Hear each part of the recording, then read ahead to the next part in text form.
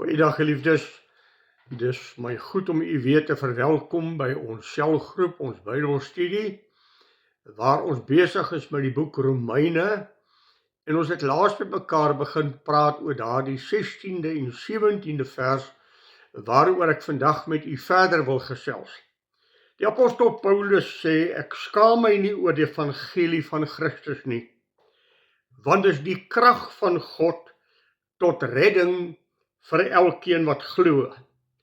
Eerste vir die Jood en ook vir die groep. Nou hierdie is 'n geweldige woord. Ons het laas gepraat oor my nie te skaam vir die evangelie van Jesus Christus nie, maar 'n getuie te wees van die Here en 'n getuie te wees van wat die Here in my persoonlike lewe vir my gedoen het. Dit is nie om 'n klomp teologiese kennis te hê nie. Dit is bloot om te vertel wat God vir jou gedoen het. En dit is 3 komponente. Wat was ek? Wat het hy vir my gedoen? En wat is ek nou? Basies is dit die 3 komponente van 'n getuienislewe. Ek was sonder Christus. Ek het nie vrede in my hart gehad nie. Ek was verward, ek was onseker. Toe ek Jesus Christus ontmoet en daar het 'n vrede en 'n kalmte en 'n geluk en 'n absolute sekuriteit in my lewe gekom, dat ek weet dat ek kind van God is. Hoe weet ek dit? Deur die Heilige Gees wat in my woon, wat getuienis lewer met my gees. Dis net 'n diepe, stille vrede om te weet, hy het my Here geword, ek is sy kind en het my aangeneem as kind van die Here. Vandag wil ek met u begin praat oor daardie woord, as die apostel Paulus sê, ek skaam my nie oor die evangelie van Jesus Christus nie, want dit is die krag van God. Geliefdes, hierdie is 'n geweldige uitspraak. Die krag in die woord van God. Die woord wat God spreek, wat opwek, 'n woord wat God spreek, wat lewend maak. Kom ons dink maar net aan die woorde van die Here Jesus, wat vir 'n verlamde man by die bad van Bethesda sê, hy lê al 30 jaar daar, hy's erg gestremd. Elke keer as hy probeer om in die bad in te kom, dan is daar iemand wat voor hom ingaan. Dan kom die Here Jesus maar net daaraan en sê, staan op, vat jou bed en gaan huis toe. Hy staan op, hy het geen rehabilitasie nodig nie. Hy staan op, rol sy bed op en gaan huis toe. Dink aan die krag van die woord van die Here Jesus, as hy Lazarus wat al ruik. Sy suster sê, Here, hy ruik al. Maak oop die graf, sê die Here. Lazarus, ek sê vir jou, kom uit. En hy kom uit. Geliefdes, as ons Efesiërs 2 vers 1 lees, dan lees ons 'n geweldige woord. Julle het hy lewend gemaak, wat dood was deur die misdade en die sondes. Ons kan ook Hebreërs 4 vers 12 noem. Die woord van God is kragtig. Dit is 'n tweesnydende swaard wat deurdring tot by gewrigte en die been van 'n mens. Daardie dag as God met jou praat en jy weet die stem van die Here spreek tot jou. Die krag van God wat jou verlos uit die mag van die bose. En wanneer hierdie stelling maak, dan is dit 'n geweldige stelling. Ek en jy is gebore onder die mag van sonde. Deur die sonde van die een mens Adam het ons almal sondaars geword en het die dood tot ons almal deurgedring omdat ons almal gesondig het. Daar is niemand regverdig nie, selfs nie een nie. Ons het almal gesondig en dit ontbreek ons aan die heerlikheid van God. En dan daar in Efesiërs 2 vers 4 maak Paulus 'n uitspraak. Ons was van nature kinders van die toorn van God.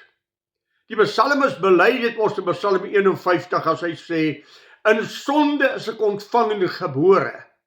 In ongeregtigheid my moeder en my in die wêreld gebring. En dan in hierdie toestand, sê Efesiërs 2 vers 12, was ons sonder hoop, sonder God in hierdie lewe. Dan daar 'n dag aangebreek, soos in die geval van die lewe van Paulus. Hy was 'n kerkmens. Lees Filippense 3, sy geskiedenis wat hy sê hoe gebonde hy was aan die kerk, hoe getrou hy was aan die wet van die Here, dat hy opregte en 'n eerlike morele lewe geleef het. En tog op die Damaskuspad, terwyl hy met die briewe in die hand loop om die kerk van die Here uit te moer, is daar maar net 'n stem uit die hemel wat met hom praat om te sê, Saulus, Saulus, dis hard vir jou om te skop teen die prikkels van God. Waarop hy antwoord, wie is u, Here, wat met my praat? En dan die antwoord kry, ek is Jesus wat jy nie ken nie. U sien, hy het die hele dop van Christendom, hy het die hele dop van 'n godsdienstige lewe, maar die evangelie van die reddende genade van Jesus Christus het nog nie hom toe gekom nie. Daardie dag toe God met hom praat, word hy blind geslaan, hy word geneem na huis toe, en die Here stuur vir Ananias om te sê, gaan besoek vir Paulus, want ek het hom uitgekies as 'n kragtige instrument in my hand. Paulus kom waaragtig tot bekering. Dan begin sy pad van die evangelie van Jesus te verkondig. Ek skaam my nie oor die evangelie van Jesus Christus nie. Let op, die evangelie van Jesus Christus, die verlossing wat daar in Jesus Christus is nie. Want dit is die krag van God tot redding vir elkeen wat glo. En dan begin die vervolging van Paulus deur die kerk, omdat hy Jesus Christus verkondig, en Jesus Christus as die enigste algehele saligmaker. As hy sê dit is die krag tot redding, dan vra 'n mens jouself, waaruit het hy my gered? Wat was ek dan, dat daar redding na my toe moes kom? Ek het reeds vir u gesê, elke mens wat op aarde gebore word, word as 'n sondaar gered. En hy moet vanuit sy sondige toestand, moet hy verlos word. Hy het 'n verlosser nodig. Hierdie verlosser se naam is Jesus Christus. Die evangelie van Jesus Christus. Die evangelie wat gaan oor Jesus, die goeie nuus. God het iemand gestuur om vir ons 'n weg te baan, dat ons die koninkryk van God kan ervaar. Die evangelie beteken die goeie nuus.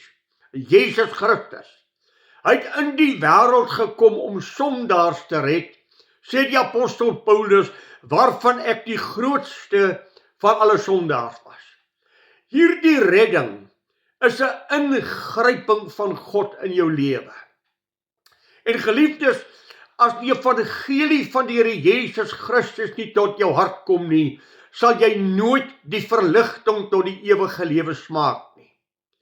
Daarom is dit van kardinale belang dat ons oplet.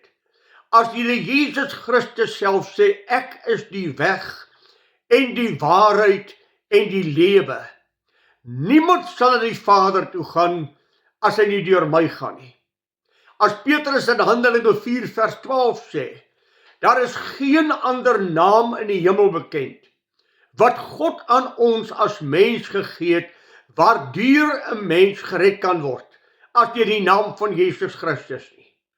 Hy het gekom, hy het aan die kruis van Golgotha kom sterwe, hy het vir ons sonde versoening gedoen. En nou word hierdie evangelie verkondig, die krag van God, wanneer dit in die hart van 'n mens inspreek, dan verander dit jou. Sodat die apostel Paulus in 2 Korintiërs 5 vers 17 sê, as iemand in Christus is hy 'n nuwe skepsel. Die ou dinge het verbygegaan, kyk, alles het nuut geword. U sien, daar het 'n verandering plaasgevind. Die stem van God het tot my gekom en my verlos. As ek praat oor redding, wat gekom het om vir ons te verlos, die krag van God, dan wil ek vir u sê, geliefde, want elke mens op aarde is in die mag van die bose. 1 Johannes 3 vers 8 sê, hy wat die sonde doen is uit die duiwel. Vir hierdie doel het die Seun van God gekom om die werke van die duiwel te verbreek. 1 Johannes 5 vers 19 sê, die hele wêreld is in die mag van die bose. Jesus Christus kom om die mens te kom verlos. En hierdie evangelie van Jesus Christus is so kragtig, dat dit ons uit die poorte van die hel, uit die poorte van vernietiging verlos, deurdat dit die verligting in ons hart bring, ons verstand verlig, sodat ons kan hoor wat God sê. Jy moet 2 Korintiërs 4 vers 4 lees, waar Paulus sê die owerste van hierdie wêreld het hulle oë verblind, dat hulle die saligheid, die verligting van die evangelie nie sal kan sien nie. En dan vers 6, maar God het die verligting gebring deur die evangelie. Hy het ons harte verlig om te verstaan. Hy het ons verstand geopen om te verstaan. En dit is 'n ingryping van God, waar hy my uit die mag van die bose verlos en my kind van God maak. Net die evangelie kan dit vir jou doen. Geliefdes, geen kerk kan jou red nie. Geen mooi morele ewe lewe kan jou red nie. Geen wetsnakoming kan jou red nie. Die evangelie van Jesus Christus. Wat beteken dit? Dit beteken dat ek Jesus Christus in my lewe moet leer ken. En as Jesus Christus in my lewe ingekom het, dan maak hy my 'n nuwe mens. Maar die duiwel los nie maklik nie. Hy stry met jou. Die oomblik as jy die evangelie hoor, dan is daar baie stemme wat by jou inspraak. Is dit nodig? Jy's tog 'n kerkmens. En dan kom allerhande redenasies in jou op. Maar wanneer God in jou lewe inspreek, dan verlos hy jou. Hy maak jou vry. Jy weet jou sonde las is verwyder. En daarom sê die apostel Paulus ook, ek skaam my nie oor hierdie evangelie nie. Want dit is die krag van God tot redding vir elkeen wat glo. Geliefdes, in die eerste plek verlos hy my van my natuurlike verlore toestand. As 'n sondaar maak hy my 'n kind van God. In die tweede plek kom verlos hy my van die mag van die bose. Daardie mag wat hy oor my gehad het, en hy het my verlos en my vrygemaak.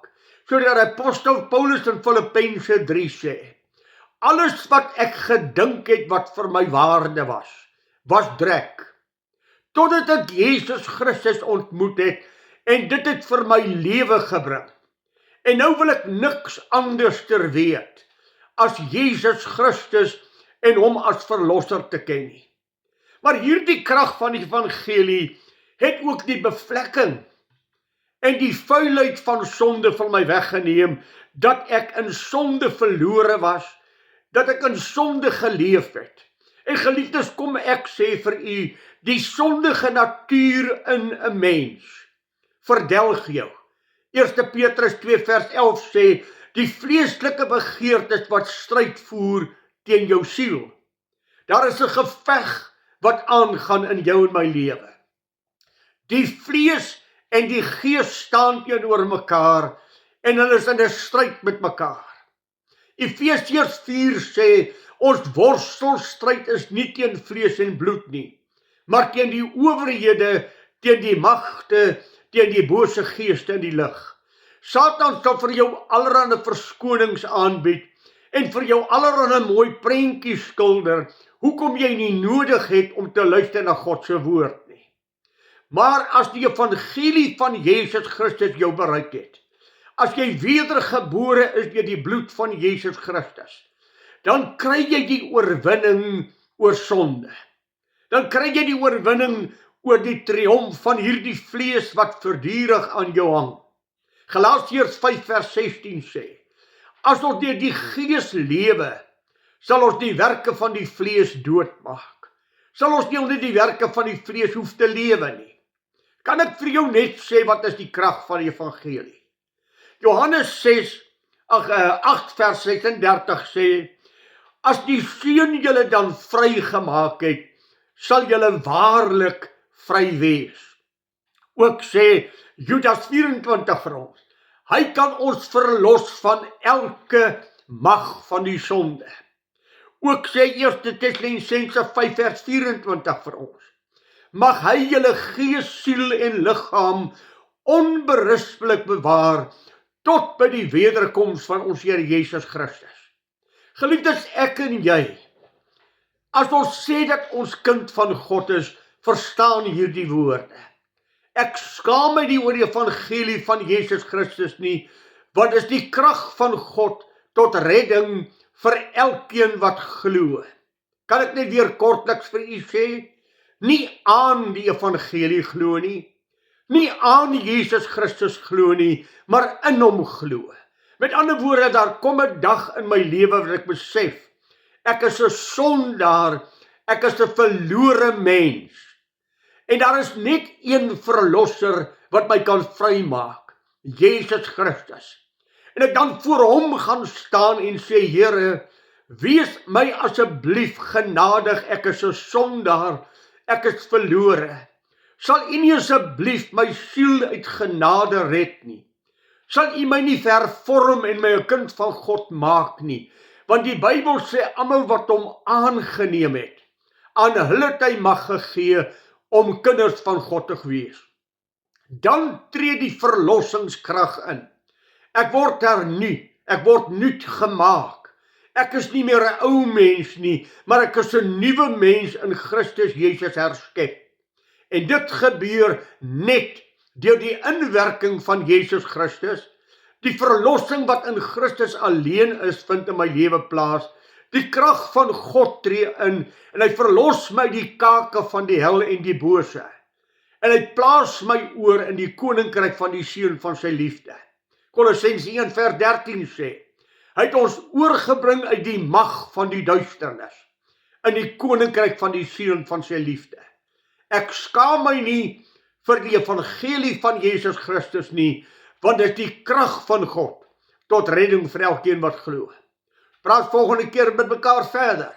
Mag die Here vir u ryklik seën en mag die evangelie vir u altyd 'n wonderbare, aanbiddelikswaardige waarheid bly, waarin jy roem dat God jou vrygemaak het. Nie jy jouself nie, uit genade is ek gered. Dit nie uit myself nie, dis 'n gawe van God.